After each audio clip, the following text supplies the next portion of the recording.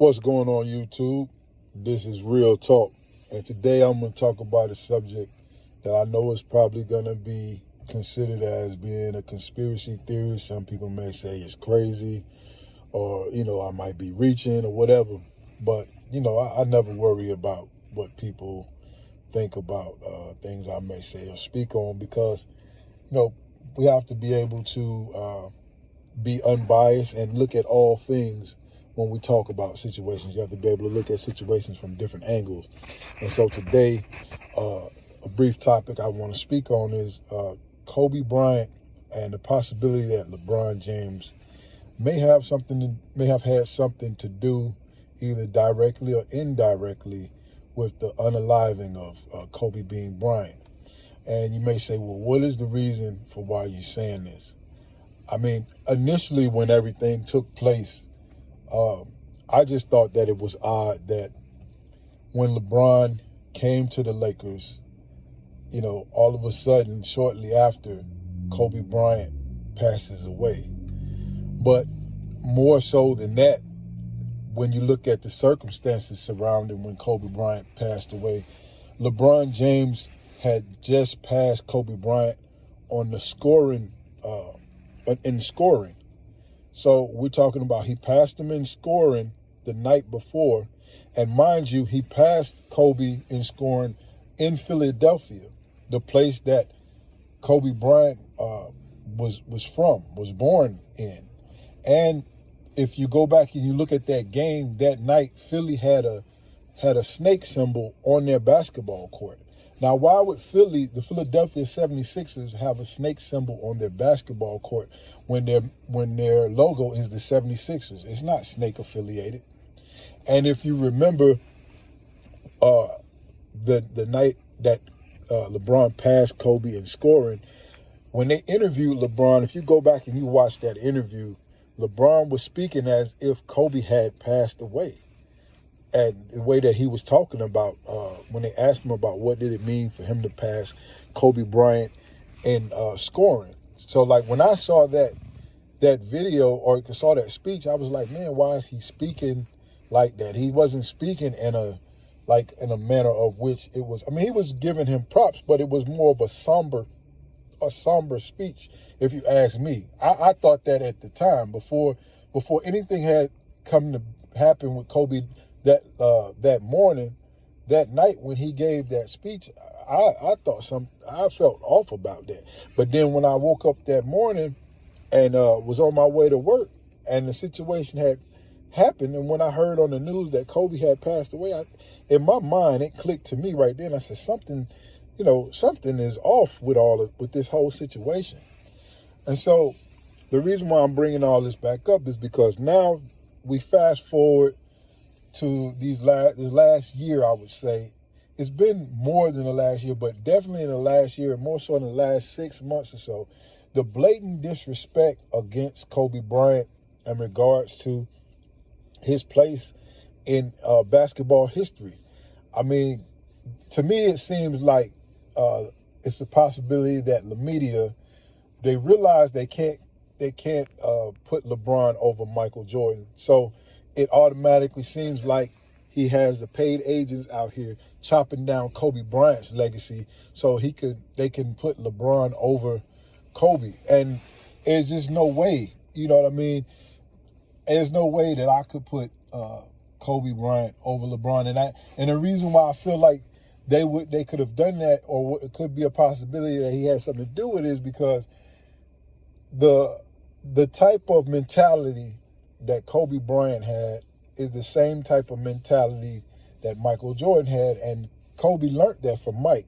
So I don't think that they would want Kobe to be around during the whole time that LeBron was here, because LeBron, the fans would have continued to push for Kobe to give his opinion. The media would have continued to push for Kobe to give his opinion on the things that LeBron is doing. And with LeBron, failing and not being able to live up to that expectation, and with Kobe still being here, that would have really shown the masses that LeBron doesn't fit in the argument at all.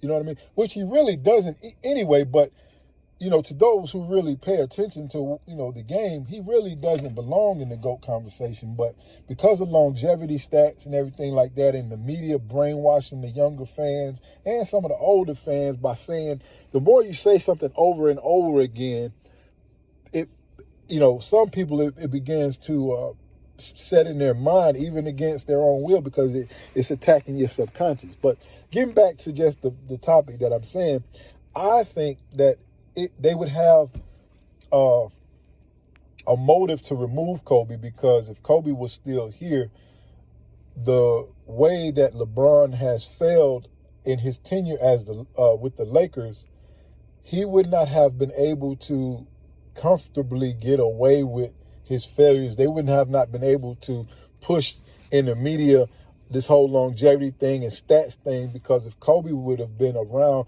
to comment on it and say things, that would have, the fans would have in LA and around the basketball, circles, they wouldn't be able to say the things that they're saying now about Kobe if Kobe was still here. He would be here to push back and fight back and say, hey, because if you go back a little bit before LeBron came to the Lakers, Kobe did put out a tweet when they was talking about, they said something about if Kobe was on that Cavaliers team, he wouldn't have been able to come back or something like that. And Kobe put out a tweet saying how he dominated in the West when the West was stacked, and how he, the teams that he beat in the West, which is absolutely right. I believe the stat is that Kobe has beat more 60-win teams than any other Hall of Famer in NBA history. But like I'm saying, is the reason why I'm starting to think that this may have been an orchestrated thing by LeBron or by someone affiliated with him to get rid of Kobe Bryant prior to him coming into LA, so that this mediocrity that we see that LeBron has put forth, and the way he has brought the league down, with all the flop and just a lot of things. With Kobe still here, he would not have been able to, get away with a lot of things, or in the media, they wouldn't be able to say a lot of things that they're able to say now. And it is not lost on me that Michael Jordan is coming back in LeBron's 23rd year, which we know they share the number 23, but Michael Jordan is the original one that has made 23 famous. And we know LeBron wears 23 because of Michael Jordan. But it's not lost on me that you have Michael Jordan coming back, and ever since they know that Michael is coming back to do commentary, look at how they're trying to attack Michael now and say the reason that he, trying to make it as if him retiring was him quitting because he retired because his father got killed or unalive, excuse me. And then the second time, we know that the Bulls management was breaking up the team. Michael never should have been. They should have let that team continue to re-up until they lost. Jordan is 6-0 in the finals, and we use that as a great measuring stick. But I believe Michael Jordan himself wanted to continue to play till somebody knocked him off.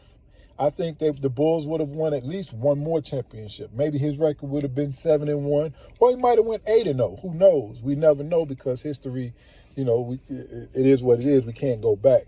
But look at how now that Michael is coming back to do commentary. So now they know they can't continue to talk against Michael Jordan. So now they have shifted all of their energy to trying to tear down Kobe Bryant and, take him completely out of the GOAT debate. And Bleacher Report just released the top 10 or top 20, I believe, and they don't even have Kobe in the top 10. They have Steph number 10 and Kobe number 11. I would switch places. You know what I'm saying? I think, I personally, I have Kobe.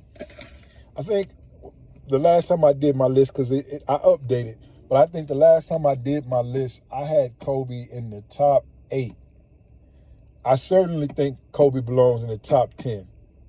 So I have an issue with Steph being in front of Kobe. And I love Steph. I think Steph I think this was really Steph's era. They talk about the LeBron era, but it was really Steph's era. But that's a whole nother video. But you guys give me your thoughts in the comment section. You know what I'm saying? I know I'm probably going to get a bunch of fanboys of LeBron, you know, to talk crazy or whatever. But it is what it is, man. We got to be able to have open discussions without people being in their feelings. And let's just look at the actual possibility of character assassination. You know, all this character assassination of Kobe Bryant that has happened in recent times. And again, you got to look at the circumstances around of how LeBron came to the Lakers, and then shortly after him passing Kobe Bryant and scoring the very next night, very next day, Kobe Bryant dies in a helicopter crash. It's just too much of a coincidence. But y'all let me know what y'all think in the comment section. This is Real Talk. I'll holler at y'all in the next video. Peace.